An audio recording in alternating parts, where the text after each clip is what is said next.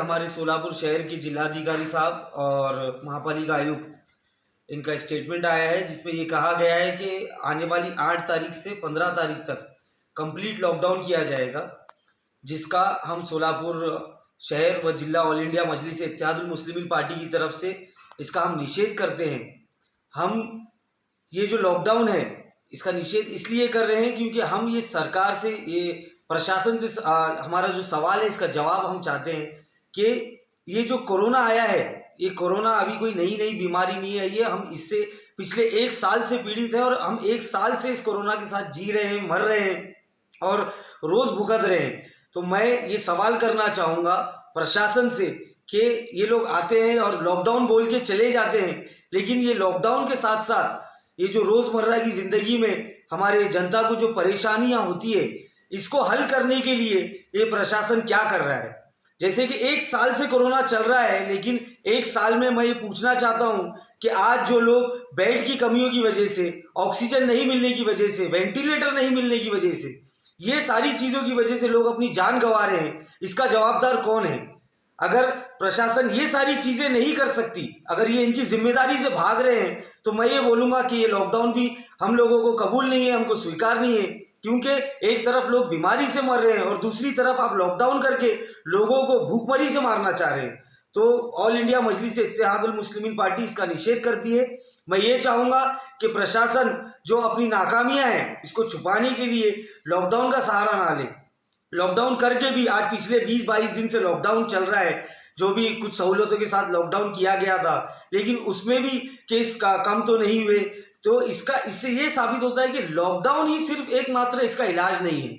तो लॉकडाउन के साथ साथ प्रशासन, लॉकडाउन अगर करना ही है आप लोगों को, तो सबसे पहले आप लोग गरीब जनता जो है, जो भूखमरी से मरने वाली है, जो रोज़ काम करके खाते हैं, उन लोगों के घर तक अनाज पहुंचाए, उनको जो भी रोज़मर्रा की चीज़ें चाहिए उन लोगों तक वो पहुंचाए। फिर ये लोग जो फैसला करना है वो करें, उसको हम स्वीकार करेंगे। लेकिन आप कुछ नहीं सोचते हुए, आप बेड नहीं बढ़ा रहे, ऑक्सीजन की अवेलेबिलिटी नहीं करवा रहे, वेंटिलेटर्स उपलब्ध नहीं करा रहे, लोगों के लिए राशन नहीं करवा रहे, उसके अलावा आप लोग जैसे कि किराना है, भाजी सब्जी मंडी बंद कर रहे हैं, दूध की सुविधाएं बंद कर रहे हैं। इसका जिम्मेदार कौन है? आज घरों में छोटे छोटे बच्चे हैं, बीमार लोग हैं, आज लोग खाएंगे क्या अगर ये सारी चीज़ें बंद करेंगे? तो सोलापुर शहर एक ऐसा शहर है जहाँ पर गरीब कष्टकरी लोग रहते हैं, जहाँ पर गरीब जनता रहती है। आप क्या चाहते हैं कि ये लोग 8-8 दिन का स्टॉक कर ले घरों में, जिनके पास 1 दिन का खाने का सामान नहीं है? ये लोग ऐसा स्टॉक कैसे कर सकते हैं? और अगर कोई कर भी ले तो इनके घरों में रेफ्रिजरेटर है नहीं है? ये सारी चीज़ों पर भी हमको गौर करना है। तो मैं ये चाहता हूँ कि पूरे सोलापुर की जो आवाम है, जो राजकीय पक्ष है, वो सत्ता में हो या सत्ता के बाहर हो, जितने भी सामाजिक संस्था है और हमारे मुस्लिम समाज के भी खासकर जितने भी मौलवी लोग हैं, जितनी भी संस्था है, कल हमारे पालक मंत्री सोलापुर शहर में आ रहे हैं। तो मैं ये चाहता हूं कि कल हम सब लोग मिलकर एक डेलीगेशन बनाकर पालक मंत्री साहब के पास जाए और हमारी ये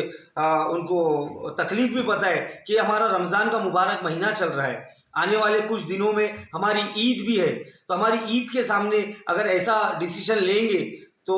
मैं समझता हूं कि मुस्लिम समाज, जो कि इतना कोऑपरेटिव समाज है, जिन्होंने हर चीज़ में बढ़ चढ़ कर हिस्सा लेकर जो भी सरकार के, जो प्रशासन के आदेश थे उसका पालन किया है, लेकिन इसके बावजूद भी अगर हम लोगों को एंड ईद के सामने अगर ये हमारे ऊपर फैसला थोपा जाएगा तो कहीं ना कहीं ये एक ऐसा मैसेज जा रहा है जो कि लोगों के दिलों में और ये ख्याल पैदा हो रहा है कि ये सरकार क्या खासकर मुसलमानों की ईद के खिलाफ ये आदेश को लाई है। तो मैं ये विनती करता हूँ हमारे जिलाधिकारी साहब से, हमारे सोलापुर महानगर पालिका के आयुक्त साहब से और हमारे पालक मंत्री साहब से कि जैसे कोल्हापुर में 8 घंटे के अंदर अंदर ये डिसीजन वापस लिया गया था, जैसे औरंगाबाद में हमारी पार्टी के खासदार श्री इम्तियाज जलील साहब ने जो